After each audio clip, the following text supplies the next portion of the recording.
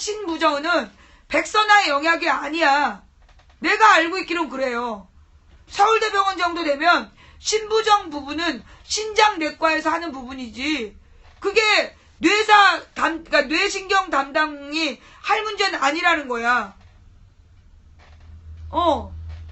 근데 나는 도대체 이 논란이 왜 일어났는지 이해가 안 돼, 상식적으로. 내가 알고 있는 병원의 경험과 상식으로는 지금 백선아란 사람이 신부전에 대해서 얘기하면 안 돼. 신부전 관련한 부분은 신장내과 전문의의 입장이 나와야 되는 거야. 물론 종합적 판단은 백선아가 해야 되는 거죠. 뇌가 죽었기 때문에 이미 장기 부전이 예측되는 상황이었잖아. 그러니까 그 부분에 대해서는 신장내과 의사의 의견을 빌어서 이게 회생 가능한 상황이었냐 이런 게 얘기가 나와야 되는데, 그러니까 이 백선아란 사람이 그 사망진단서를 쓴 게 외압에 의해서 썼을 수도 있지만, 내가 볼 때 이 백선아라는 사람의 기본적인 소양, 의사들이 좀 그런 게 있어. 꼰대기질. 자기가 옳다. 그거야. 그리고 자기가 옳다라고 생각하고 자기 소신에 따라서 움직이는 의사들이 있어요. 그러니까 이 사람은 자기가 생각할 때는 이걸 끝까지 뭔가 더 해봐야 된다고 생각했는데, 이 백남기 유족들이 의미 없는 일이다라고 했기 때문에 화가 났을 것 같아. 이 사람이 그래서 화가 나가지고 최선의 노력을 안 했으니까 병사다 해버렸던 거 아닐까. 근데 그것도 이건 잘못이지. 분명한 잘못은 백선아가 그 백남기 노인의 사인을 병사라고 그냥 적으면 안 되는 거였지. 외인성 뇌출혈로 그 뇌사 상태에 빠졌고 그러다 장기 부전으로 인한 사망이라고 썼어야지, 그냥 외인사가 아니라 병사 이렇게 쓰면 안 되는 거였던 거지. 그건 잘못이 분명해. 근데 그 잘못을 한 게 외압 때문인지는 잘 모르겠어요. 일반적으로 의사들의 그 꼰대 정신으로 지고집대로 그렇게 했을 수도 있다. 그런데 나는 솔직히 드는 생각이 뭐냐면, 그러면서 또 의사협회에서 여기서 또 의사협회가 등장을 해. 그래가지고 백선아의 사망진단서의 논란에 또 뛰어들었어. 지금 2주일째 진단서 논란을 하고 있다고. 지금 일주일 반이죠? 일주일 반 동안 진단서 논란을 하고 있어. 진단서 논란, 부검 논란.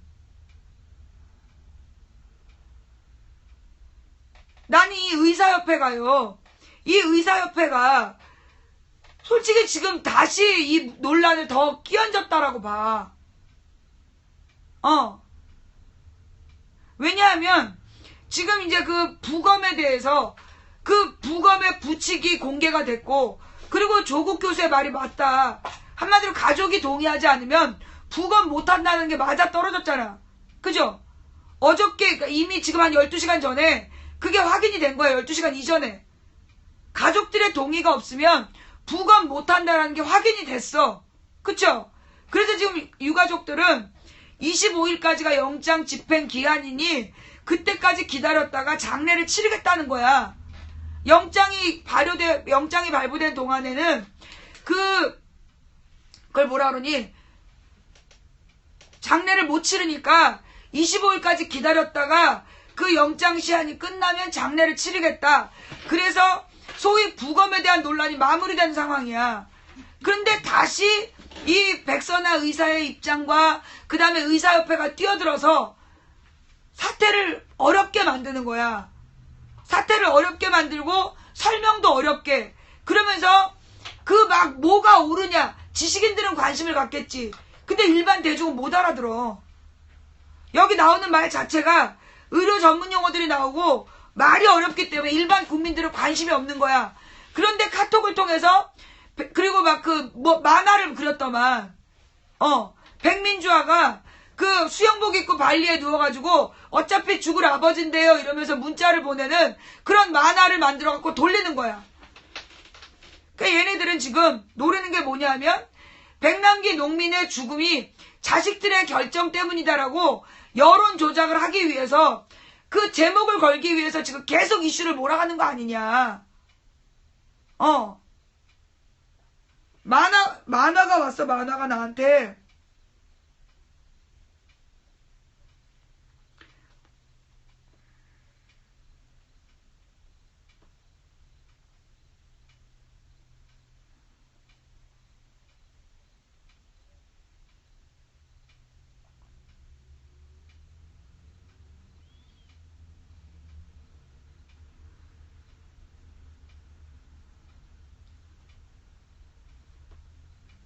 이렇게 만화가 이제 자유 원샷 이래갖고 이제 만화를 돌리는 거야.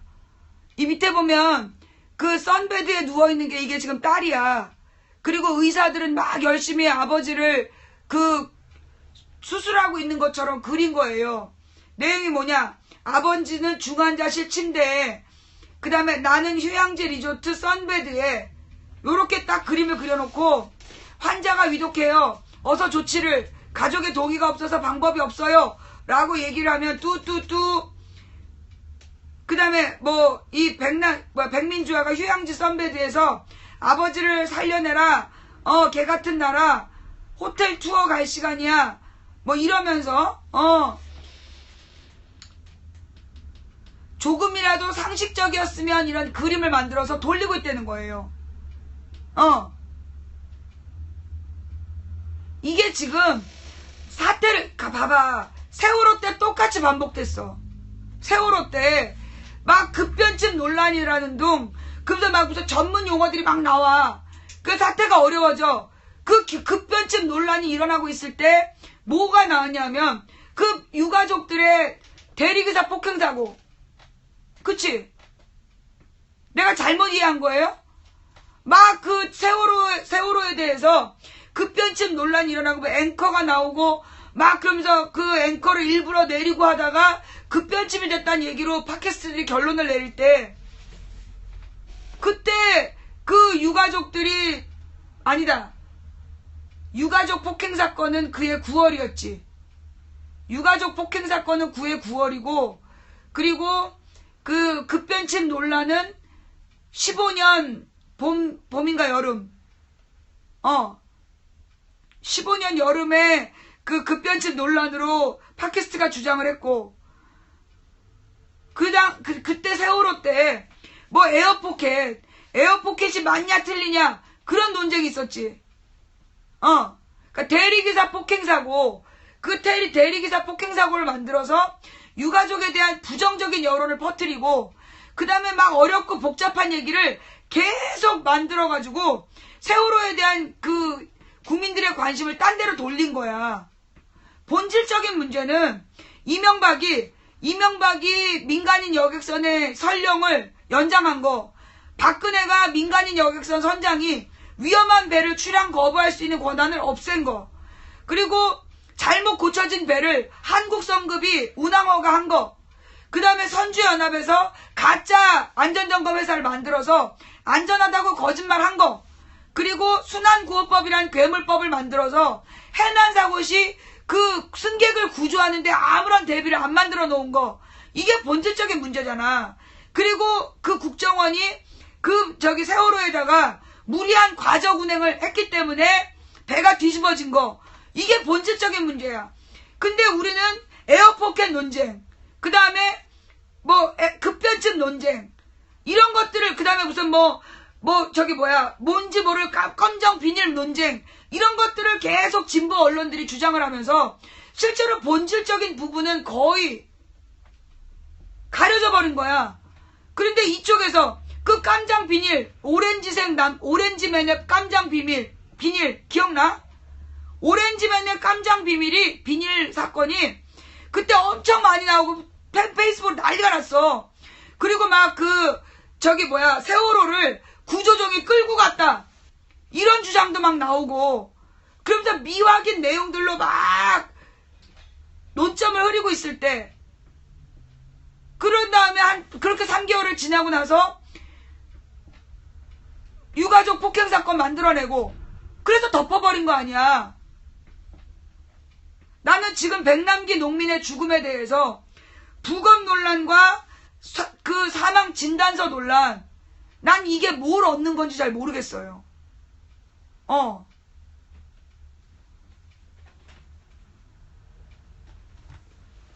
화장실 좀 갔다 올게.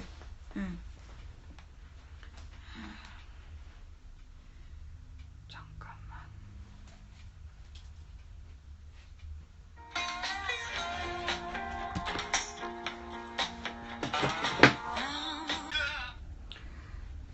기상청 슈퍼컴의 주제곡 들으셨고요. 네. 뭐 김진태 얘기를 왜 자꾸 하는데, 김진태가 또 헛소리 했어? 예. 9시 16분에 검은도 남쪽 해역에서 2.4 지진, 검은도 남쪽에서 태풍의 지진까지,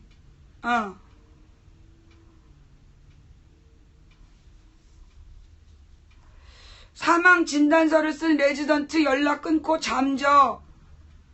네. 자, 그러니까 내가 볼 때 지금 분위기는요. 네. 내가 볼 때 지금 상황은 이 사망 진단서 논란으로 처음에 부검 논란으로 한 일주일 떠들었잖아. 그죠? 내가 오기 전에 돌아가셨으니까 우리가 25일? 9월 25일인가 돌아가시고 그때부터 일주일 동안 부검 논란을 벌였어. 근데 그 부검 논란에 대해서 내가 조국 교수의 말이 맞다라고 이야기하면서 더 이상 이제 그리고 부검의 영장 집행을 유가족 동의 없이 못한다라고 내가 주장을 했고, 그 주장이 맞다는 게 입증이 됐어. 그러자 다시 사망진단서 얘기를 계속 또 초점을 이어가면서 계속 논란을 만들어. 이건 논란을 만들어서 자꾸 부추겨가지고 노리는 게 뭐냐 하면 본질을 흐리는 거야. 박근혜 정부가 죽였다. 결론은 그거잖아. 박근혜 정부가 죽였다는 건데, 그 박근혜 정부가 죽였다는 논란을, 그 확인된 사실을 지금 부정하면서 자꾸만 본질을 흐리고 있는 거야. 근데 이 부검 논란이, 얘네들 매뉴얼이라고. 내가 볼 때 부검 논란, 사망 진단서 논란은 이거는 지금 매뉴얼이야. 박근혜 정부가 죽였다. 그게 본질이야. 그렇게 생각 안 한 사람이 없다고. 안 그래요? 그러니까 박근혜 정부가 죽였다는 얘기를 뒤집기 위해서 지금 그 사망 진단서 논란을 벌이고 있는 건데, 그걸 우리의 진보 언론들이 그걸 막 따라가고 있는 거야, 지금. 진보적인 언론들이 그 진단서 논란을 부추기고 따라가고 있다고. 그러면서 막 여러 의사단체들이 끼어들고, 여러분, 이 의사단체들이 이렇게 열심히 진단서 논쟁에 끼어든 걸 보면서 난 좀 의심이 돼.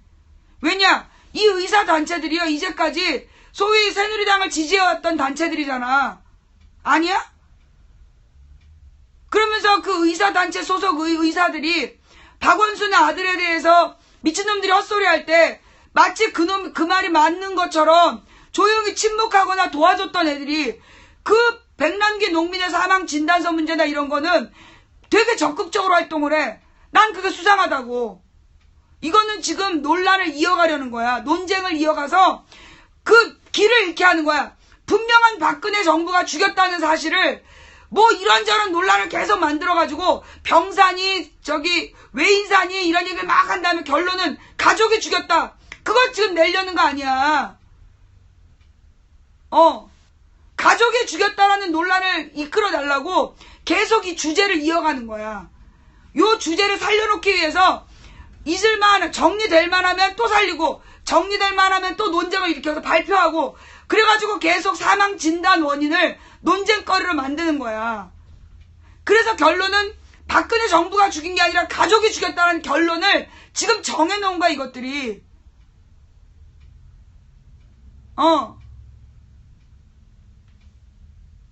가족들 흠집내고, 천안함 사태 때도요, 무슨 일이 있었냐. 천안함의 유족들이 어려서 자식을 버리고 도망간 엄마, 장병 보상금 타가, 그런 기사가 나왔어. 천안함 때. 그래갖고 천안함 유족들이 그 죽은 장병 49명에 대한 죽음에 대해서 46명인가? 그 죽음의 원인을 밝히란 말 한마디 못했어. 그 엄마 기사 때문에. 천안함 장병의 보상금을 어려서 애를 버리고 간 엄마가 타갔다라는 그 기사 한 방으로 천안함 유족들은 자기 자식이 왜 죽었는지 아무도 진상규명 요구를 못하고 지나갔어. 세월호 때도 똑같은 방법을 쓰려고 그랬는데 우리가 초장부터 이거 씨발 지랄하지 마라 그러면서 이건 정부의 문제다 그렇게 이제 방향을 잡았기 때문에 지금까지 온 거야. 그러니까 얘네들은 그 유가족을 비난해서 그 죽음의 원인을 제공한 자를 넘어가는 게 구조하고 넘어가는 게 얘네들의 전술이야. 전략적 매뉴얼이야. 전술적 매뉴얼.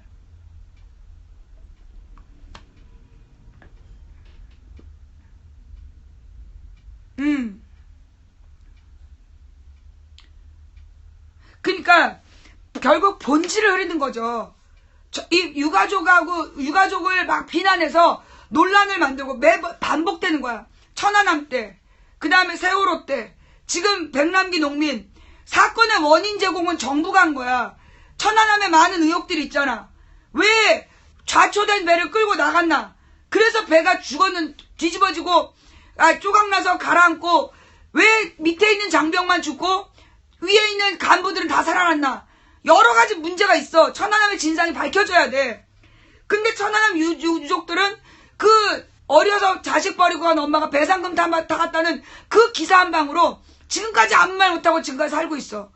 세월호 유족들 중에 100%가 싸우는 게 아니에요. 절반 이상이 보상금 받아갔어. 세월호 유족들 중에 절반 이상이 보상금을 받아갔다고. 나머지 지금 절반도 안 되는 한 3분의 1이 우리 아이가 왜 죽었는지 원인을 요구하는 거야. 근데 배상금을 받아간 사람들을 욕할 수는 없겠죠. 그럼 당연히 정부에서 받아야 되는 거야. 중요한 건 뭐냐? 이 3분의 1의 유족은 뭘 안 한 사람들이냐? 이 나머지 유족들은요, 배상금을 받는 조건으로 각서를 썼어요. 진상규명 요구 안 하겠다는 각서를 쓰고 배상금을 받은 사람들이야. 그게 3분의 2. 그럼 3분의 1은 그 각서를 쓰기 싫어서 진상규명 요구를 하고 있는 사람들이야. 각서 쓰고 돈 받으면 진상규명 요구를 안 해야 되니까 그래서 배상금을 안 받고 지금 진상규명 요구를 하는 사람들이 3분의 1이야. 이 사람들이 정말 자살하고 싶어도 안 하는 이유가 네가 왜 죽었는지, 저 하늘나라에 가서 애들을 만났을 때 네가 왜 죽었는지 엄마 아빠 모르고 왔어라는 말 하기 싫어서 그래서 자살 안 하고 버티는 사람들이야. 그런데 돈 노리고 그랬다. 다른 문제죠. 이 사람들이 지금 돈이 아니라 자식의 사인을 진상규명해달라는 거야. 근데 이들을 비난하면서 무슨 대리기사를 폭행했다는 둥, 그 대리기사 폭행 그것도 거짓말이었잖아. 카메라 뒤로 돌리고 실제로 두들겨 맞은 건 유가족이었어. 그런데 대리기사가 멀쩡한 유가족에 두들겨 맞았다 언론 플레이하고 그 죄 없는 세월호 유가족들을. 이거는요, 당연히 배상금 받고 진상규명을 해서 책임자 처벌해야 될 문제야. 그런데 왜 둘 중에 하나를 고르라고 그러냐고. 배상금 받을래? 계속 안 받을래? 말 같지도 않은 얘기지.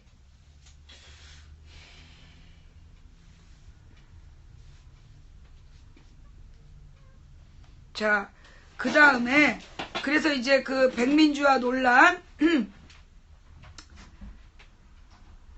백민주화 논란은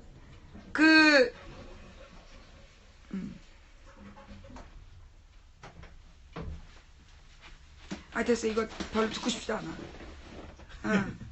이놈의 백민주화 논란에 대해서 계속해서 진보적인 언론들이 꼬여 들어가는 거야. 말려 들어가는 거고. 자, 그 다음에 이제 지금 어떤 뉴스가 나왔냐면, 지금 아까 건강보험 얘기했는데요. 건강보험이 지금 우리 지역 가입자들이 너무 많은 돈을 내고 있단 말이야. 자꾸만 올라갔고, 이명박 때부터 건강보험료가 계속 올라갔어.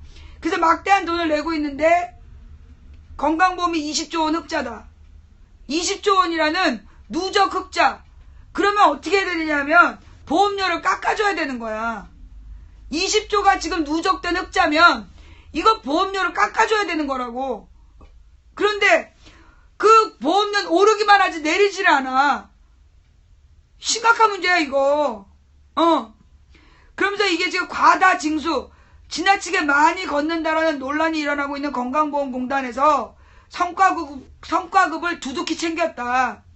그러면서 기초생활수급자에게도 의보료의 폭탄, 가난한 사람들에게도 의료보험료를 많이 내라고 그러면서 지네들이 성과급을 챙기고 있다.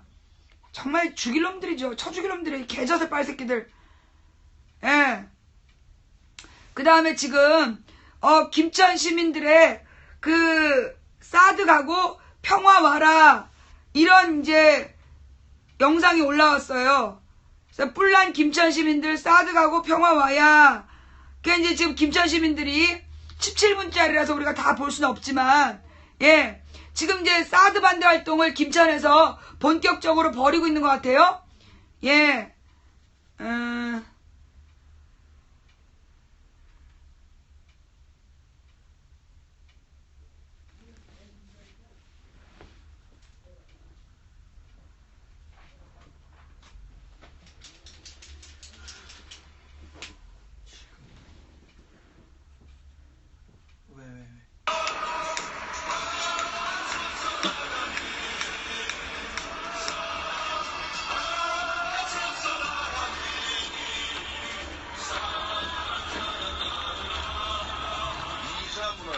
박근혜 대통령께 전달해서 우리 시민의 아픔을 알 수 있도록 반드시 꼭 전달하고 내려가도록 하겠습니다. 우리의 뜻은 우리의 아픔을 전달하기 위해 힘든 것도 참고 비교와도 뚫고 왔습니다. 대통령께서 꼭 우리의 뜻을 확실하게 해결해 주시기를 부탁드리겠습니다. 우리를 위해 싸워봅시다. 두 분께 다시 한번 큰 뜨거운 박수를 부탁드리겠습니다. 김천 시민 괴롭히는 사드 배치 반대한다! 일관성 없는 국방정책 국민은 반대한다!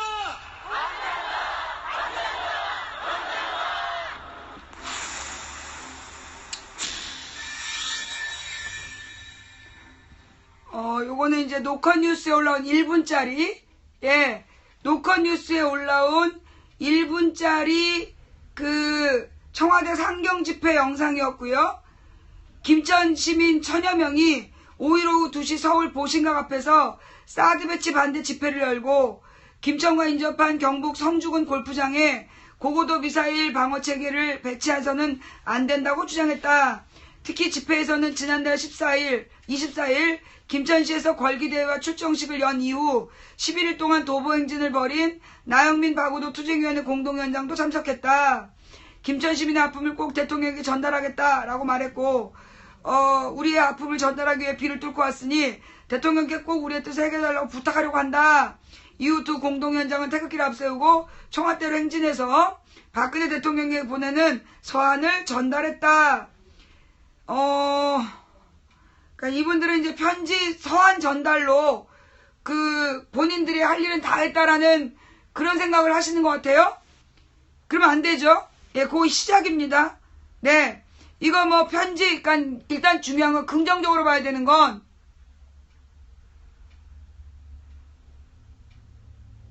네, 10월 6일 JTBC 남경필 사드가 평택 오산에 배치될 경우 찬성하겠느냐, 환영한다고 하고 얘기하기는 좀 그렇습니다. 뭐라고 얘기했다. 자, 지금요, 일단 긍정적으로 봐야 될 거는 김천 시민들이 이 롯데 CC의 발표가 나니까 이분들이 분노해가지고 투쟁하기 시작했다. 그건 긍정적이다. 그런데 지금 이제 이 김천에서 그 투쟁회를 주도하는 분들이 뭐라 그러나 대통령하고 대화를 풀겠다. 뭐 이런 수준. 이게 이제 아직 좀 부족한 부분이지만 그럼에도 불구하고 김천도 일어나서 사드를 반대한다는 걸로 통일이 되어 있다. 그리고 1000명이나 상경투쟁을 했다라는 건 꽤 의미 있는 일이다. 예. 그리고 그래서 이제 이 김천에서 보다 더 세게 싸워줘야 되는데 1000명이 와서 그냥 편지만 전달하고 갔다는 게 조금 아쉬워요. 예, 조금 아쉬운 상황이다. 그 다음에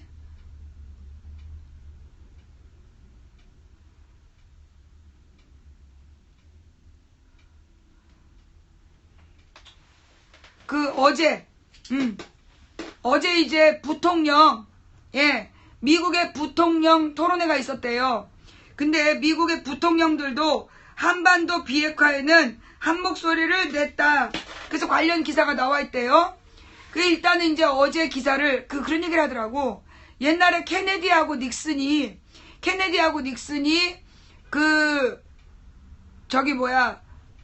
TV 토론을 했는데 라디오로 들은 사람들은 모두 닉슨이 이겼다고 생각했대요.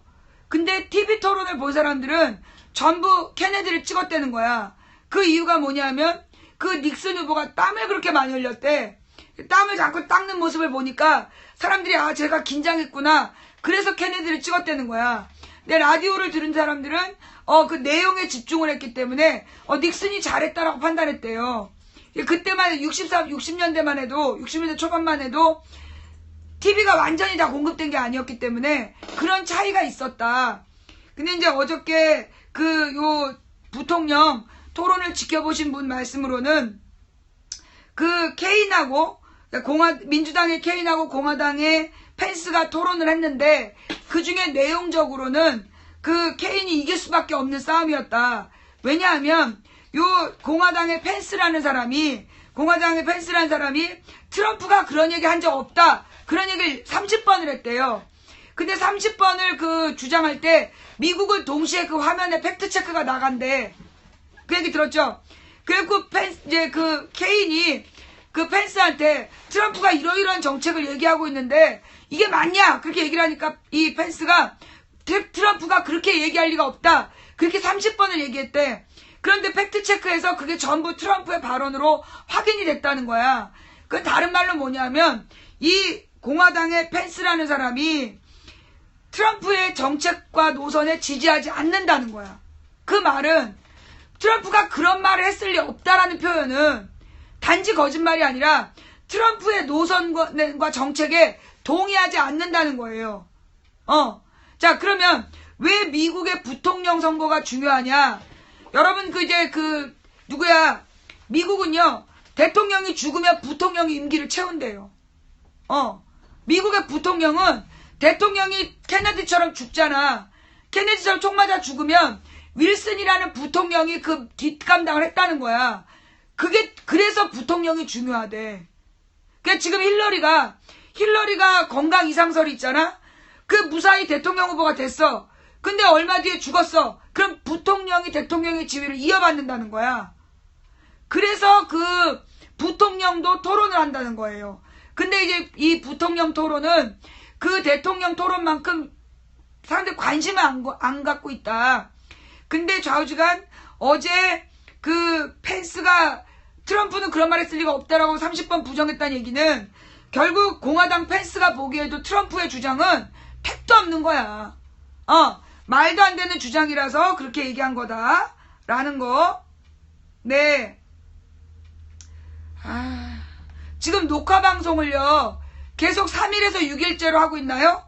제보가 또 들어왔는데, 지금 녹화 방송이 3일에서 6일째만 나오고 있어요?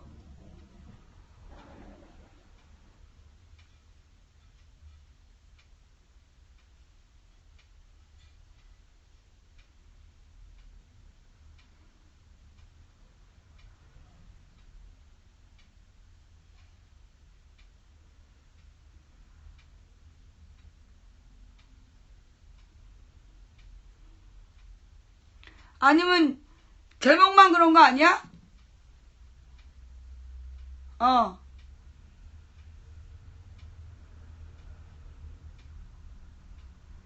예. 제목을 지금 제대로 수정을 안 했나 보지?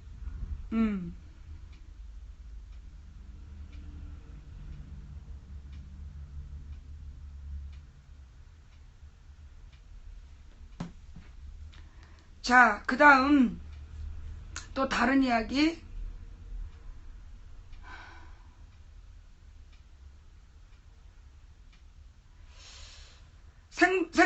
중에 버퍼가 일어나도 방폭이나 방종을 안 하면 아프리카에 올라오는 영상은 정상적으로 버퍼 없이 올려진다. 그러니까 버퍼 녹화 때문에 그래서 할 수 없이 올라온 영상을 편집해서 지금 참사장이 올리고 있대요. 자, 그러니까 지금 이제 버퍼링이 일어나더라도 나는 할 얘기를 계속 해야 된다. 뭐 이런 얘기를 하신 거네요. 감사하고요.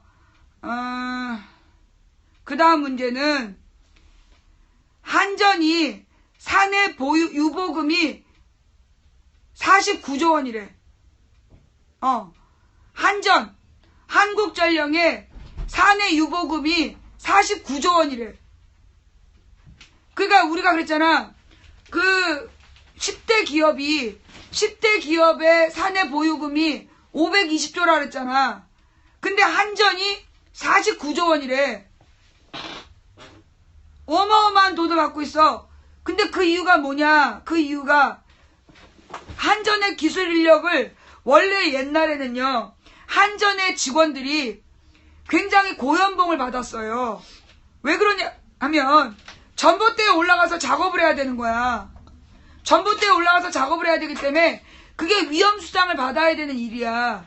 그래서 한전 직원들은 높은 연봉을 받았던 거예요. 또 하나는 한전에서 관리하는 여러 가지 중에 핵발전소도 있는 거야. 발전소 관리도 한전에서 하는 거지. 그러니까 그런 발전소를 관리하는 건 전문 인력들이 해야 되기 때문에 높은 연봉을 주고 전문 인력들을 데려다가 안전하게 관리를 했던 거야. 그런데 지금 언제부터? 이명박 때부터, 그러니까 김영삼 때부터 한전에 대한 민영화가 추진됐고, 그래서 김대중 노무현 때 그 한전이 민영화가 돼요. 그리고 이명박 때부터 기술직까지 민영화를 시켜서 비정규직으로 바꿔버린 거야.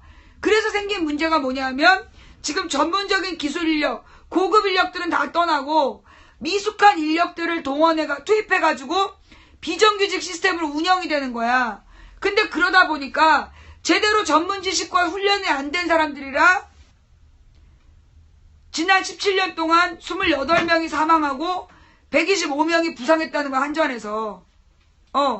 한전에서 지금 지난 17년 동안 28명이 사망하고 125명이 부상을 했는데 이건 뭐냐면 그 활선 공법이라는 어떤 한전에서 사용하는 그 기술이 위험해갖고 폐지했다라고 발표했대. 근데 실제로는 여전히 시행되고 있었다. 한전이, 그러니까 지금 이제 한전 문제는 두 가지죠. 첫째, 지금 한전이 49조 원의 유보금을 가진 이유가 뭐겠어? 전기요금 폭탄. 누진세 폭탄을 때려가지고 전기요금을 실제 사용량보다 많이 걷어놓으니까 그게 남는 거고, 또 하나는 전문 인력을 비싼 값을 주고 써야 되는데 싼 값에 비전문 인력을 사용하면서 그 돈을 아끼고 있는 거. 그 다음에 전문 인력도 싸게 쓰면서 제대로 된 안전조치나 이런 것들을 안 하고 있는 거. 그래서 지금 그 보유금이 올라가고 있다라는 거. 이 한전도 지금 이게 나쁜 놈들이죠. 그 다음에 요 얘기는 다 했고.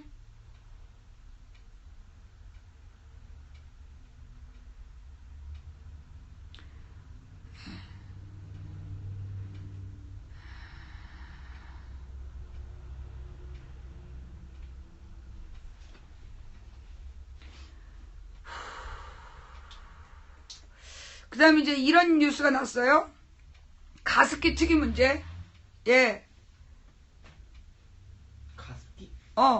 가습기 첨가물 때문에 우원식 의원과 새누리당 의원, 하태경을 포함해서 국회의원들이 영국에 가서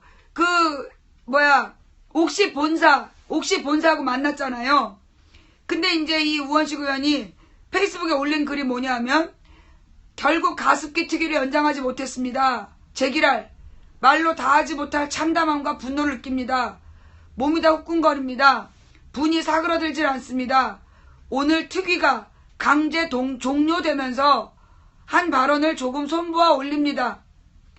그러니까 가습기 특위를 강제 종료시킨 거예요. 정부에서. 책임을 다하지 못했습니다. 지난 5년간 피해자와 가족들이 얼마나 외롭게 버티고 가족들은 정말 외롭게 버티고 싸워왔습니다. 국정조사가 그냥 열린 것이 아닙니다. 영문도 모르고 비명도 못 지르고 삶을 마감한 산모들과 아이들, 노인들을 포함한 희생자들, 생존했지만 힘든 삶을 살아가고 있는 피해자들, 그들의 억울한 죽음의 진실을 파헤치기 위해 가족들이 흘린 눈물이 만들어낸 국정조사입니다.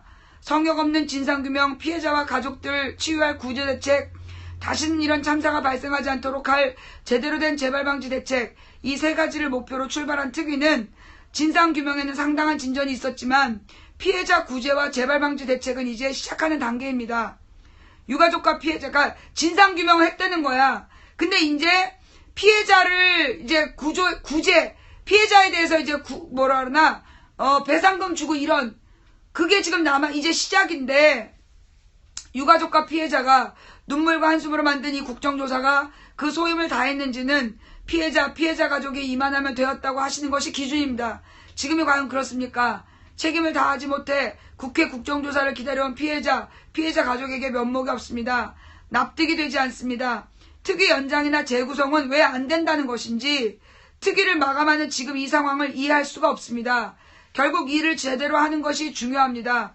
특위를 통해 더 효과적이고 성과를 낼 수 있기에 특위를 만들었는데 단지 한 달간 기간 연장은 안 된다는 말만 있습니다.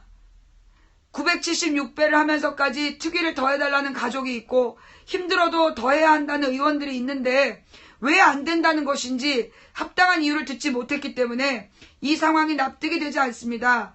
특위를 빨리 끝내기만 기다리는 또 다른 무엇인가 있는 것인지 의구심마저 듭니다.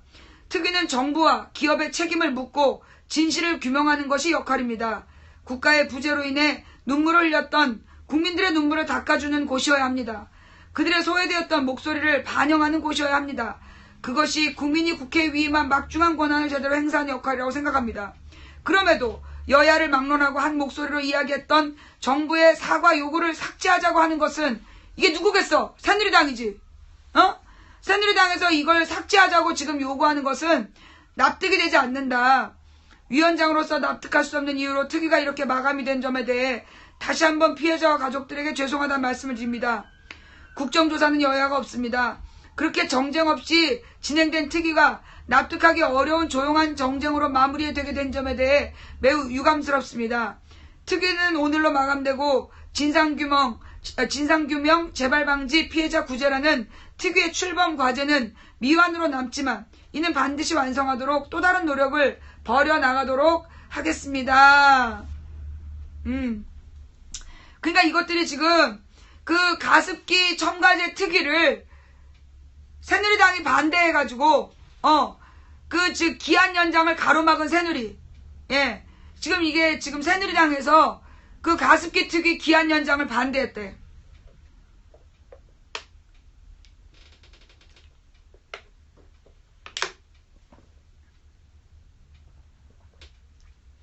국회 가습기 살균제 사고 진상규명과 피해자 규제 및 재발방지 대책 마련을 위한 국정조사 특별위원회가 4일 90일간의 활동을 마무리했다. 특위는 이날 국회에서 마지막 전체회의를 열고 활동 결과 보고서를 채택했다. 보고서에는 가습기 살균제 사건의 원인 규명, 피해 구제, 재발 방지를 위한 대책, 시정 및 처리 요구사항이 담겼다.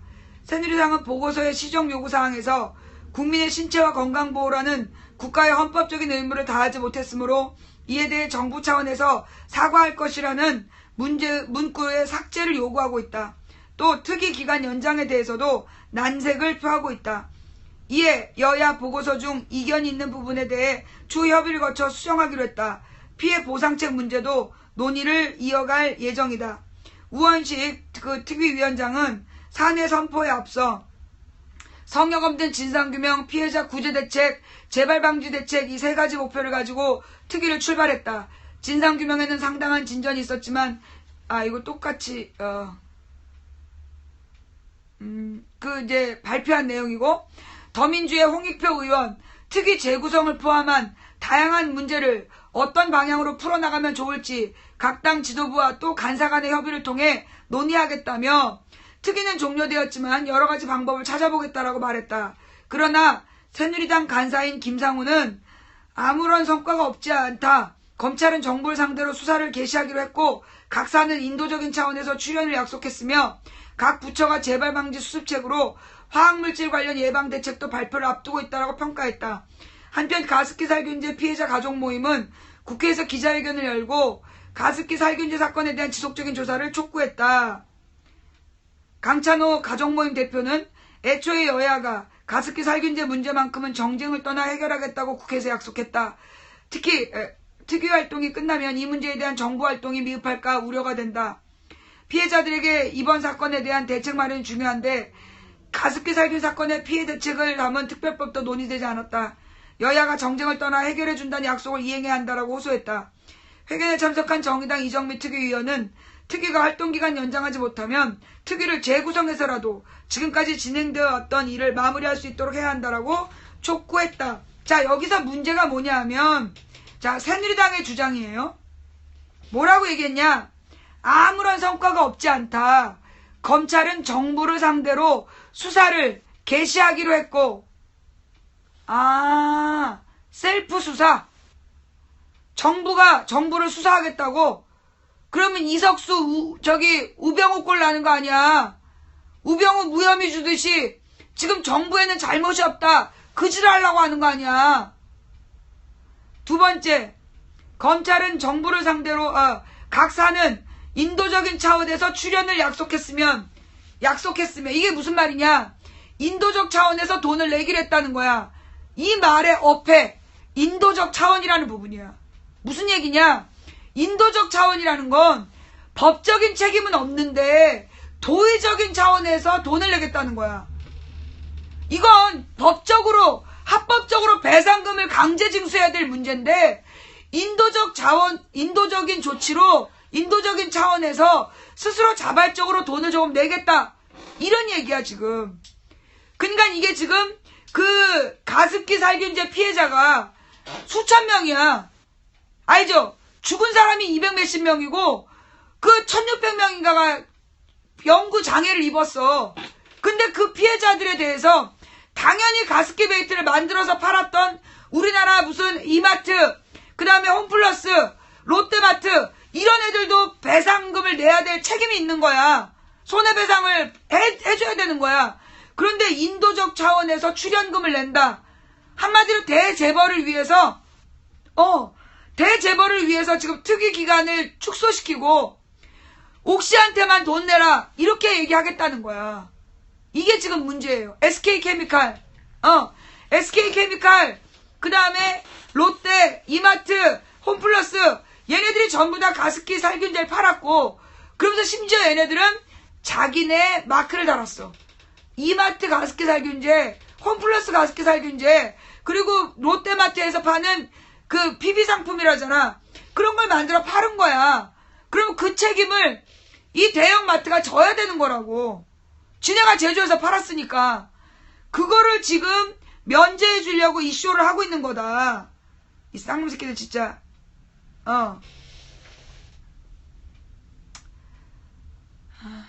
그 다음. 오케이, 됐어. 이 정도면 내가 오늘 다뤄야 될 거 다 다룬 것 같은데?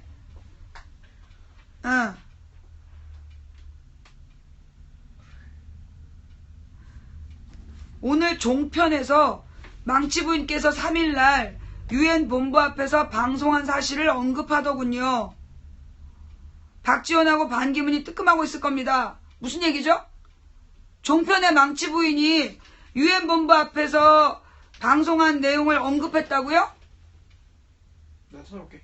네. 잘못 보신 것 같은데? 그러니까 종편에서 왜 우리를? 아니야, 종편에서 이모 여러 번 나왔어. 그때 TV조선인가? 동아일보에서 하는 건 뭐지? 채널A에서 이모를 한 달에 3번인가 다뤘어. 그래가지고 막 내가 발언하면 그거를 탑 토픽으로 놓고 그 출연자들이 논쟁하는 지네들끼리 분석하고 까는 그런 걸 3번을 하더라고. 그래갖고 그거 본 노인 시청자들이 늘었어. 예. 옛날에 10대 이슈 어쩌고 그러면서 나왔었어. 그 종편 본 사람들 깜짝 놀라고 나한테 문자 보냈었는데, 어떤 프로에서 뭐라고 나왔는지 자세히 설명 좀 부탁드리고요. 자, 이제 망치 부인은 저기로 출발합니다. 워싱턴으로. 친박 김진태, 박지원을 겨냥해서 간첩 거론 파문. 통일되면 깜짝 놀랄 수도. 월남소도 고위층 간첩으로 밝혀져. 내가 볼 땐 이거 김진태가 박지원 지원 사격한 거야. 요거는 내가 볼 때 김진태가 지금 박지원 지원 사격한 거야. 내가 박지원이 번번이 야3당이 사전 합의해서 이렇게 가기로 결정해놓고 결정적인 순간에 새누리당으로 붙는 거, 그걸 내가 지적했잖아. 그래서 너 뿌리가 전두환이랑 친하기 때문이 아니냐, 그런 식으로 내가 이제 박지원에 대해서 문제제기를 했단 말이야. 그리고 팩트상 박지원이가 10월 6일에 그만둔다는 거 아니야. 그런 상황에서 김진태가 박지원더러 간첩이다 이 얘기한 건, 이건 노이즈 마케팅으로 박지원을 지원해 준 거야. 노이즈 마케팅으로 박지원을 살려준 거야. 뭔 얘기인지 알겠어요? 그런지 난 그렇게 느끼는데 한번 봅시다. 김진태 새누리당 의원이 5일 국민의당 박지원 비대위원장과 최경환 의원에 대해 그분들의 뇌 주파수는 북한 당국에 맞춰져 있다고 봐야 되지 않겠느냐며 종북 공세를 폈다. 친박 강경파로 분류되는 김 의원은 이날 국회에서 기자회견을 열고 박지원 위원장 등이 박근혜 대통령의 탈북 부채질 발언을 대북 선전포고라고 질타한 것과 관련 섬뜩하다. 이러다 정말 전쟁이 날 것 같다. 선전포고는 적국에 대고 하는 거지 자국 대통령을 까기 위해서 쓸 말은 아니다라며 이같이 밝혔다. 그는 여기서 멈추지 않고 훗날 통일이 되면 깜짝 놀랄 일이 벌어질 수도 있다며 월남 대통령 선거에서 차점으로 낙선한 쭝띵주, 그 다음에 빌리 브란트 서독 총리의 보좌관 퀸터 기욤이 모두 간첩으로 밝혀졌다. 역사에서 배워야 한다며 박 위원장 등을 겨냥해 간첩을 거론하기까지 했다. 그럼 간첩이랑 전두환이랑 친했던 거야? 그러니까 지금 김진태 말은 박지원이가 간첩이면 그 간첩한테 전두환이가 훈장 줬다는 얘기야? 박지원이가 전두환한테 훈장 받은 사람 아니야. 그러니까 지금 김진태가 주장하는 건 전두환이가 박지원한테 훈장 줬는데, 그러면 전두환이가 간첩한테 훈장 준 거야? 그러면서 이제는 지켜볼 수 없다. 본 의원의 대정부 질문에서 제안한 대북 송금 청문회를 즉각 개최하라. 이건 정파의 문제가 아니다. 민족 생존권이 달린 문제라며 드러난 것만 해도 4억 5천만 불을 몰래 북에 보내 핵을 개발하게 해놓고 날아오는 미사일을 요격하겠다는 사드 배치는 반대해서 우리의 손발을 묶고 우리 대통령이 선전포고를 했다고 떠드는 사람을 더 이상 그대로 볼 수는 없다며 박 위원장에 대한 청문회를 주장했다. 전날 익명의 청와대 관계자가 북한에 송금된 돈으로 만들어진 핵무기 방어를 위한 사드도 반대하고 북한 주민을 인도적으로 포용하겠다는 대통령의 의지도 선전포고라고 하는 박 위원장은 과연 북한의 어떤 큰 약점을 잡혀온 것이냐며 종북 공세를 편 것과 맥을 같이 하는 것이어서 박 위원장 등 국민의당의 거센 반발을 낳는 등 후폭풍을 예고하고 있다. 한마디로 이건 지금 박지원 살리기 쇼야. 박근혜 김진태가 지금 박지원 살리기 쇼라고. 무엇보다 김대중 노무현 때 넘어갔던 돈, 그 돈이 핵무기에 설사 쓰였다 할지라도 2008년에 국제기구의 감시하에 연변 핵시설을 폭파할 때 다 날렸어. 그러면 지금 만들어진 핵무기는 누구냐? 이명박 박근혜 때 북한으로 넘어간 돈으로 만든 핵무기야. 그렇잖아. 이미 국제기구에서 2008년 연변 핵시설로 더 이상 북한은 핵 불능국이다라고 선언을 했다고. 근데 그 뒤에 지금 핵무기를 만들었다라고 지금 김진태 주장대로라면 결국 이명박 박근혜 때 넘어간 돈으로 핵무기를 만든 거야. 자, 그렇다면 지금 김진태는 이명박 박근혜가 돈 보낸 거 특검하겠다는 거야? 해봐, 그럼. 한번 해봐. 또, 박지원이가 간첩이면, 너네 군부 독재 그룹의 수장인 전두환이 간첩한테 지금 훈장 줬다는 거야? 뭔 얘기야, 지금? 결국은 대북송금 특검이라면서 김대중 노무현 때 흘러들어간 돈 얘기하고 싶은 거잖아. 그 부분은 이미 대법원 판결문까지 나왔어. 대법원 판결문까지 나왔다고. 그러면 왜 지금 박지원이가 김진태가 쓸데없는 얘기를 하냐? 박근혜가 박지원 살려주려는 거야. 내가 지금 박지원에 대해서 계속 비판을 하고 있으니까 그 박지원을 살리기 위해서 지금 쇼하는 거라고. 내가 박지원을 깠던 이유는 결정적일 때 새누리당에 붙는 그 태도, 그걸 내가 비판한 거야. 나는요, 박지원이 야3당의 뜻을 끝까지 따르면 입 다물어 줄 수 있어. 내가 박지원이 전두환한테 훈장 받고 전두환 동생 전경환이 오른팔이었다. 그 얘기는 박지원이 야3당의 그 뜻을 따라서 행동하면 나는 무덤까지 가져갈 수 있는 거야. 근데 언제든지 박지원이 이 야3당하고 합의해놓고 딴짓거리 하면 그때 내가 까겠다는 거야. 김진태, 박지원을 간첩이라고 한 적이 없어. 도둑이 제발 저린 격이다. 눈이 삐뚤어졌는데 제대로 보일 리가 있나. 그러니까 이건 지금요, 김진태 막말 논란이야. 내가 우리 언론인들에게 하고 싶은 얘기가 뭐냐. 김진태나 하태경 같은 사람이 떠드는 거, 난 보도 안 해야 된다고 봐. 언론이 모든 발언을 보도하냐? 아니잖아. 정말로 중요한 국회의원들의 발언은 보도 안 해. 그래놓고 김진태 같은 애들, 김진태니 정청래니 자극적인 발언하는 애들 거만 대선 후보도 많아. 근데 그 중에서 이재명 같이 튀는 발언하는 거 국회의원들도 많아. 근데 정청래 발언만 보도하고 그 다음에 새누리당에서 김진태 같은 이상한 또라이 같은 그런 의원들 얘기만 계속 보도를 해. 그럼 또 거기에 막 댓글을 달면서 관심을 표명해. 이게 저질 정치를 만들어요. 기자들이 그런 기사를 쓰는 건 욕이 달리면서라도 그게 댓글이 많아지면 지가 쓴 기사가 메인에 올라가니까 그래서 거기에 그런 미친놈들만 골라가면서 기사를 쓰는 거야. 국민들이 그런 저질 정치인 기사에는요, 댓글을 쓰지 말아야 돼요. 관심도 주지 말고 아예 클릭도 하지 마. 정상이 아닌 글인데 그걸 왜 그걸 봐주냐고. 막장 드라마에 욕하기 위해서 보는 거, 그게 등신짓이야. 봐주면 시청률 올라가고 시청률 때문에 광고비 올라가고 그 광고비로 그 막장 드라마가 돈을 버는 거라고. 정치적 막장들한테 관심을 끊어주는 게 예의라고 봐, 나는.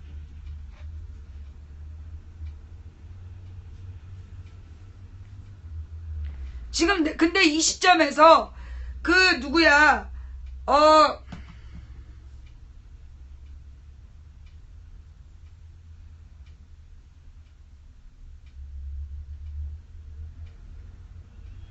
네. 여러분, 아까 좌우시간. 지금 이 시점에서 뭐가 나온 거, 박지원하고 새누리당하고 싸우고 있는 건 난 물타기라고 봐. 지금 과거에 전두환이 전두환 오른팔 행세했던 거, 정확하게는 전두환 동생 오른팔 했던 거, 그게 지금 막 이슈가 될 것 같으니까 막 박지원이 박근혜하고 싸우는 척, 아무런 의미 없는 싸움을 해가지고, 그래서 마치 박지원하고 박근혜가 적인 척 지금 프로레슬링 하고 있는 거야. 박지원하고 박근혜가 지금 프로레슬링 하는 거라고. 짜고 치는 쇼.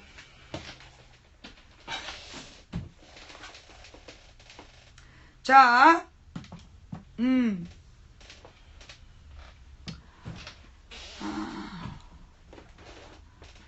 유승민 뭐라고요? 선진국에는 뭐라고? 아, 나 지금 워싱턴으로 출발해야 되는데. 에이, 망치 부인이라고 정확하게 거론하지 않았지만 반기문 대선 출마 가능성을 그거 저기요. 그래 안 나오더라고. 그거는 제 얘기가 아니죠. 예? 팬심이야 팬심. 네. 그냥 막 드라마나 이런 데서 내가 했던 얘기가 비슷한 얘기만 나오면 망치부인 얘기가 나왔다고 그러시면 안 돼요. 정확하게 망치부인이 언급되지 않은 건 망치부인 얘기가 아니고요. 반기문이 대선 출마 가능성에 대해서는 모든 사람들이 다 얘기하고 있는 거예요. 아유, 깜짝 놀랐잖아. 난 또 고소해야 되는 줄 알았네.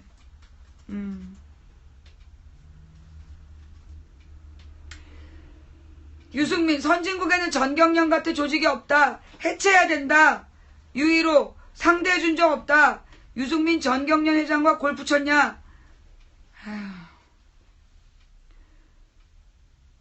아니, 국감의 기사들이 뭔 이런 게 나와. 자, 야3당 전경련 해체해야 된다. 13년 만에 해체론이 급부상하고 있다. 박근혜 싱크탱크였던 국가비례연구원도 해체해야 된다. 이러면서 재계도 동조하고 있다. 그러니까 이게 결국 그러면 왜 재벌들이 전경련 해체하려고 그럴까요? 자, 왜 재벌들이 전경련을 해체하자고 할까? 자, 이유는 하나야. 이 전국 경제인 연합회라는 게 전경련이에요. 근데 이 전경련이 결국 무슨 일을 한 거냐면 재벌들한테 돈을 받아서 그 돈으로 정치적 후원을 한 거야. 전경련의 목적은 재벌들한테 각출받아서 정부한테 돈을 주거나 아니면 로비를 하거나 그래서 뭘 한 건데 재벌에게 유리한 정책을 만들려고 만든 게 전경련이야. 그러면 전경련이 만들어진 게 언제냐 하면 소위 지금부터 몇 년 전? 13년. 전경련이 만들어진 게 지금 13년 됐다는 거야? 아닌데 더 오래됐는데? 하여간 전경련이 만들어진 게 언제냐면 김영삼 이후예요. 김영삼, 김대중, 노무현, 이명박 20년 동안은 소위 재벌들이 지배하는 세상이었어. 그 재벌들이 지배하는 세상에 전경련이란 조직이 나타나서 영향력을 미치고 로비를 하고 좌지우지했던 거야. 근데 박근혜 정부 3년 동안 무슨 문제였냐? 박근혜 사람들이 꼴통이잖아. 이 꼴통 새끼들이 전경련한테 어버이 연합 같은데 돈 대라 이런 거야. 그러니까 솔직히 이제 완전히 옛날 박정희 시대로 돌아가서 박정희 전두환 시절에 그 독재자 똥 닦아주던 그런 수준으로 자기네들이 떨어진 거야. 지네들은 전경련을 다보스 포럼처럼 국가를 운영하는 어떤 경제 리더십이라고 생각했는데 박근혜 정부 들어서서 어버이 연합에 입금하다 딱 걸린 거 아니야.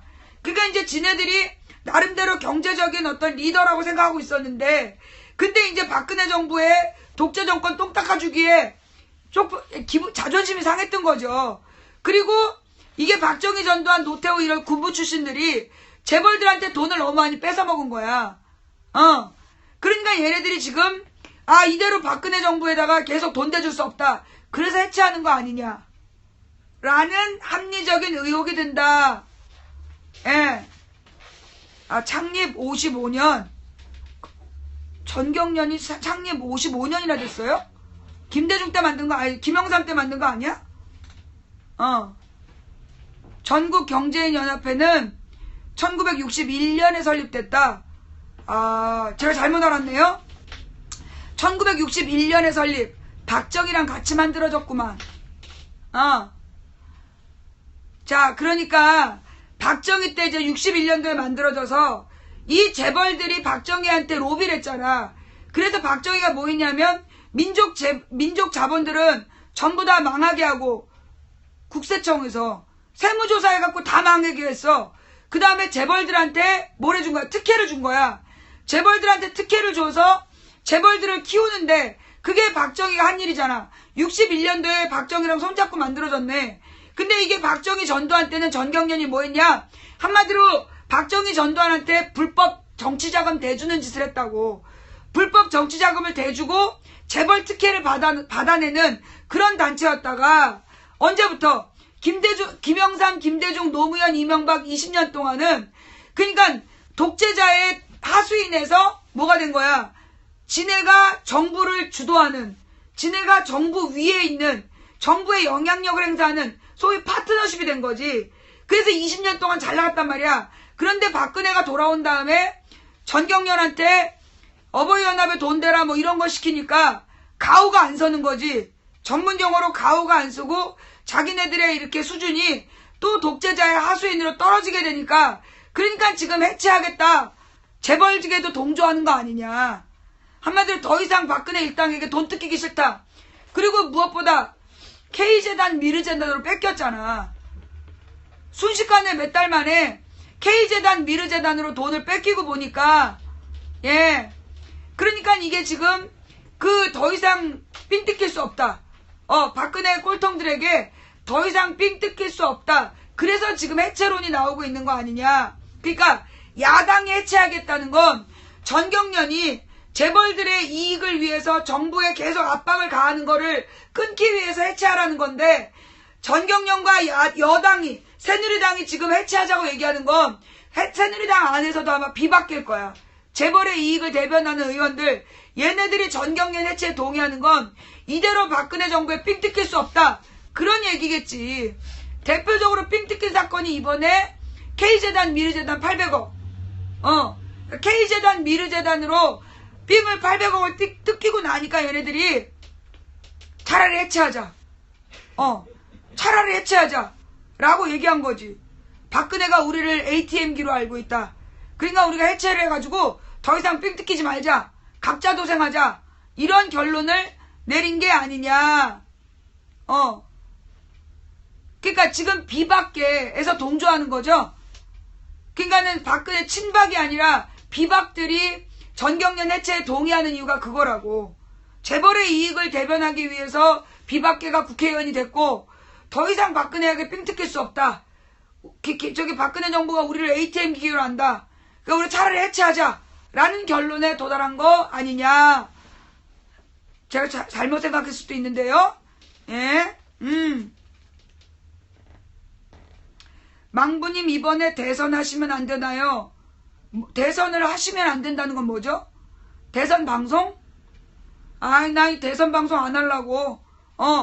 내가 이 총선에 여소야대 해야 된다고 얘기했다고 지금 선거법 위반으로 잡아놓고 지랄인데 내가 대통령 선거 때 어떻게 방송하겠어? 나는 이 대통령 선거 앞두고 내년에는 안식년을 가질까 해. 차라리 내년에는 그냥 안식년을 갖고 대선에 대해서 한마디도 안 하려고. 망하든가 말든가 말아먹든가 말든가. 예. 10분 정도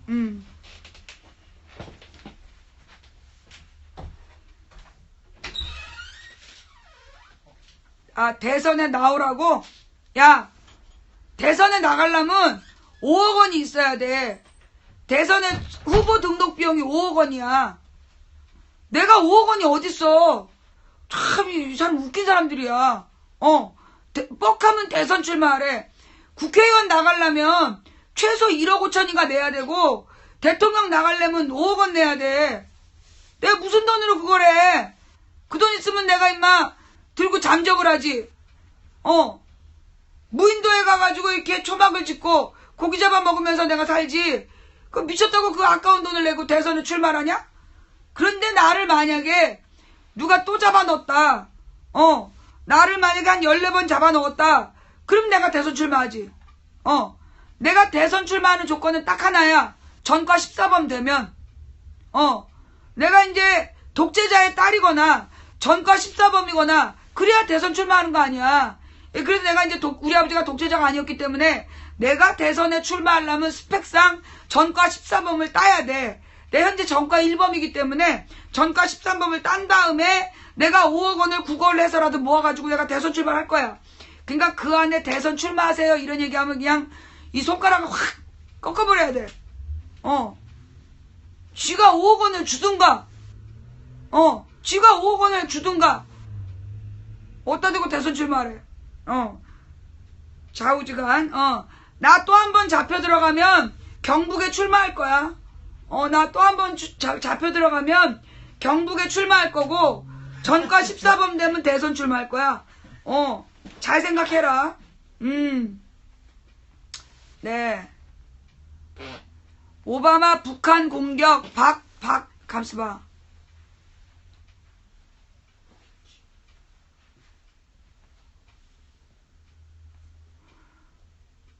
이게 무슨 얘기지?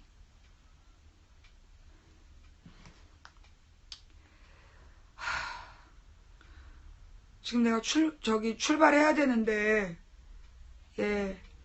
이게 무슨 얘기예요? 목사님도 오셨어. 자, 여러분, 이제, 5억 원, 1억 5천 어디다 쓰냐고요? 그게 등록비야. 후보 등록비. 그 후보 등록비를 그렇게 두는 건 개나 소나 출마하면 대통령 후보가 10,000명쯤 될 거 아니야. 그래서 5억 원 이상의 돈을 낸 사람만 등록하게 하는 거예요. 그리고 당선되면 당선되면 그 돈은 돌려주든가 그래. 그 돈은 당선되면 돌려줘. 아니야, 그 돈은 안 돌려줘. 참, 그 돈은 안 돌려주고 대통령 선거운동비를 돌려줘. 대통령 선거운동하는데 얼마 드는지 알아요? 공식적으로 250억. 대통령 선거하면 공식적으로 250억이 들어요. 예. 그러니까 그 250억을 동원할 수 있는 사람이 대선에 나가는 거야. 그러면 우리 쪽 의원들은 전부 다 우리 쪽 사람들 돈이 없잖아. 그래서 펀딩을 하는 거야. 크라우드 펀딩을 해가지고 그 돈으로 250억을 준비해서 대선을 치르고 15% 이상의 지지율을 받으면 250억을 그 선관위에서 돌려주는 거야. 국민 세금으로. 근데 이제 만약에 다른 사람들이 후보에 나와가지고 개나 소나 한 10,000명 나와서 250억을 썼다. 안 돌려주는 거야. 안 돌려주는 거야. 그러면 그 돈은 국민 세금으로 다 낼 수 없기 때문에 15% 이상의 지지율을 받은 후보에 한해서만 250억 원을 돌려주는 거예요. 그리고 국회의원 선거도 공식적으로 1억 5천을 쓸 수 있어요. 예. 자, 뭐 쓸데없는 질문 하지 말고 지금 내가 워싱턴으로 출발해야 돼. 다음 이야기는 근데 지금 내가 가는 워싱턴이 지금 제가 가려는 워싱턴이 그 인터넷이 안 된대요. 집안에 와이파이가 없대. 상상이 안 되죠, 여러분은. 꽤 잘 사시는 분인데 집안에 와이파이가 없대. 그래서 내가 오늘 밤에는 그러니까 지금으로부터 그러니까 내일 아침에죠. 내일 아침에는 생방송을 못 하고 내일 밤, 내일 밤에는 생방송이 가능해요. 워싱턴에서 내일 밤 10시 망치 부인이 워싱턴 백악관 앞에서 생방송을 시작할 거예요. 그러니까 가는 동안에는 인터넷을 계속 켜고 갈 거야. 가는 동안에는 방송을 켜고 가는데 알지? 뱅글뱅글 돌다가 어지러워요. 볼 사람 보고 말 사람 말어. 그래서 이제 가는 동안에 인터넷을 켜고 가서 그 집에 도착하면 와이파이가 없어서 방송을 못 하는데 꼭 가는 과정에서 중요한 문제가 터지면 제가 자동차를 타고 나와서라도 와이파이 존으로 나와서 거기서 방송을 할게요. 예. 그러니까 미국은 우리하고 인터넷 환경이 많이 달라.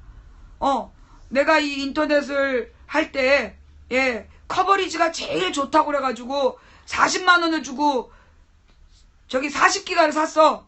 10기가도 못 썼어. 그 커버리지가 좋은 게 도심에 걸어 다닐 때만이야. 어이가 없어가지고 내가. 도심에 걸어 다닐 때가 아니면 안 나와. 차 타고 갈 때도 안 되고, 지하로 갈 때도 안 되고, 실내에서도 안 돼. 이거 환불을 해야 돼요, 환불을. 예, 기가 막혀요. 예.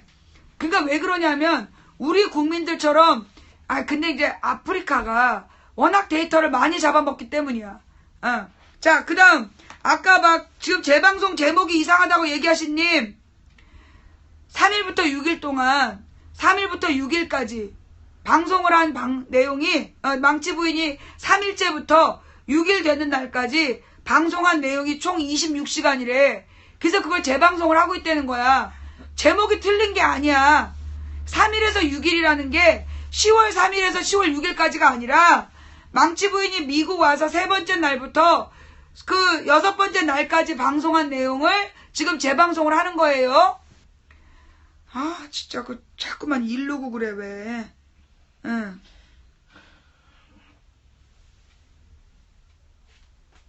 이게 무슨 얘기냐? 신문고? 신문고 얘기는 조심스러워. 하지 마. 신문고 얘기는 좀 조심스러워서 요건 내가 확인한 다음에 할게요. 신문고는 조금 조심스러워. 예. 광주는 폭동이야. 이런 얘기를 왜 저기 벙어리를 왜 채팅 금지를 주세요? 그냥 자르세요. 예. 광주가 폭동이다 이런 애들은 그냥 잘러. 이런 것들은 인간이 아니기 때문에 그냥 살려줄 필요가 없어. 자, 오늘 방송 어떻게 보셨습니까? 예. 오늘 아침에도 보내드린 망치부인의 시사수다방. 예, 지금 온지 내가 며칠 됐냐? 여기 도착한 게 수요일이었어. 수, 목, 금, 토, 일, 월, 화, 수. 오늘이 여기 미국에 도착한 지 8일이 된 날이에요. 8일째 날. 예. 그럼 이제 한국을 출발한 날은 수, 목, 금, 토, 일, 월, 화, 수. 지금 목요일이 됐나요? 예. 지금 목요일이 됐나요? 그럼 한국 시간으로 목요일이 됐으면 이제 9일째가 되는 거죠. 며칠 안 남았어요. 저 이제 금방 갑니다. 예. 이제 수, 목, 오늘부터 해서 오늘 밤, 내일 밤, 금, 토, 일, 5밤 자면 집에 가요. 예. 5밤 자면 집에 갑니다. 얼마 안 남았어요. 아유, 뉴욕까지 와가지고 진짜 쌍욕을 하느라고. 자.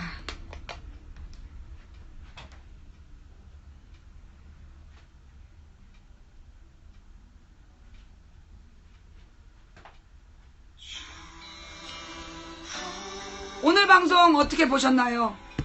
볼만 하셨나요? 예. 우리가 지난번에 2년 전에 왔을 때는 불려다니고 있었기 때문에 여러 지역을 도느라고 매일 밤에 이렇게 고정 시사수다방을 못했던 것 같아요. 근데 이제 여기 저를 우리 장로님이 불러주시고 재워주시고 먹여주시면서 이 와이파이 존을 공급해주신 덕분에 매일 밤 여러분을 찾아뵐 수 있어서 대단히 감사했습니다. 예. 오늘 저의 방송이 다소 거칠고 부족한 부분이 있어서 혹시라도 마음에 상처를 받으신 분이 있다면 저의 죄를 용서해 주시기 바랍니다. 그런데 혹시 오늘 방송을 통해서 여러분의 마음에 동의가 되고 또 감동이 된 부분이 있다면 그건 우리 하나님께서 여러분의 마음을 두드리신 거니까 잘 받아주시기를 바랍니다. 망치 부인이 서울을 떠나 있는 동안 우리나라에 큰일이 없게 해달라고 그렇게 부탁을 했는데 남부 지역이 물폭탄을 맞아서 너무 마음이 부끄럽고 죄송해요. 나의 기도가 부족했구나. 좀 더 남쪽으로 내려갔어야 됐는데 좀 더 남쪽이면 또 이게 일본은 또 맨날 태풍 피해잖아요. 예. 이 경남 지역에 계신 시청자 여러분께 저의 기도가 부족했음에 예.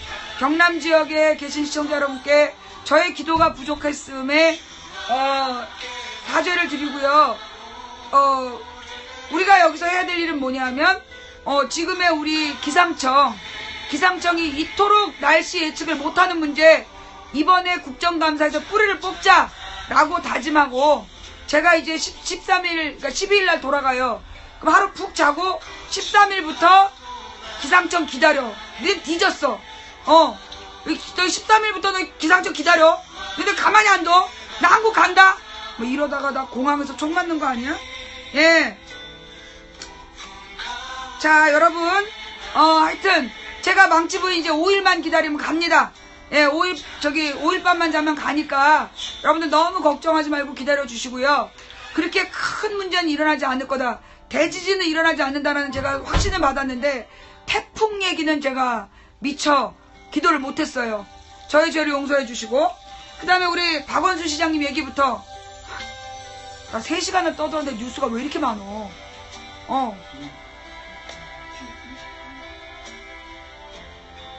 나 아침 먹고 소화도 안 되는데 점심 먹어야 돼. 자, 여러분, 이제 망치부인 워싱턴으로 출발합니다. 왕복 10시간이에요. 운전해서 왕복 10시간을 가야 되고 중간에 쉬면서 가야 되니까 아마 10몇 시간 걸릴 것 같아요. 그러니까 내일 밤 9시, 내일 밤 10시 워싱턴에서 시작할게요. 무사히 다녀올 수 있도록 기도해 주세요. 예, 여러분 무사히 다녀올 수 있도록 기도해 주시고, 워싱턴에서 사드에 대해서 망치부인이 제대로 설명할 수 있도록, 그리고 세계 평화와 미국과 한국의 관계에 대해서 제대로 설명할 수 있도록 여러분들 많은 기도 부탁드리고요. 그리고 뉴스를 좀 미리미리 보내주세요. 예, 제가 여기 밤에 깨있거든요. 여러분이 뉴스를 새벽에 보내주시면, 여러분 지금부터 12시간 안에 뉴스를 보내주시면 제가 그 내용을 숙지하고 워싱턴에 가서 생방송을 할 수 있어요. 아시겠죠? 예. 자, 함께 해주신 모든 분들께 감사드립니다. 마음은 하고 싶은 일이 너무 많은데 많이 부족해요. 예. 죄송합니다. 그럼에도 불구하고 오늘 하루 열심히 살 테니까 여러분들 평안한 밤 보내시고 내일 만나요. 지금까지 도봉구 창동산의 불량주부 망치부인이 보내드린 생방송 시사서방이었습니다. 아유, 동네 아줌마가 무슨 세계평화야 라고 얘기하실 수도 있죠. 그러나 된다고 믿든 안 된다고 믿든 당신의 믿음대로 될 겁니다. 한 사람이 꾸는 꿈은 꿈일 뿐이지만 100인이 꾸고 만인이 꾸면 현실이 될 수 있습니다. 우리가 가는 길은 갈만한 길이라서 가는 게 아니라 가야 할 길이라서 가는 겁니다. 쪽팔리고 힘들어도 가야 할 길이라서 가는 겁니다. 누군가 포기해서 오늘 우리의 절망이 싹 텄다면, 오늘 우리가 포기하지 않으면 내일의 역사를 바꿀 수 있다는 신념을 가지고 이기기 어려운 싸움에서 지지 않는 단 하나의 방법은 싸움을 포기하지 않는 것이다. 할 수 있는 건 다 해봅시다. 그리고 실패하면 그때 가서 포기하면 되죠. 그쵸? 자, 지금까지 망치부인이었고요. 평안한 밤 되세요. 내일 밤엔 정확히 찾아뵙고 중간중간에 와이파이 존을 찾으면 언제든 수시로 나타날 테니까 예, 기다려주세요. 감사합니다. 망치부인이었습니다. 사랑합니다, 여러분. 평안한 밤 되세요.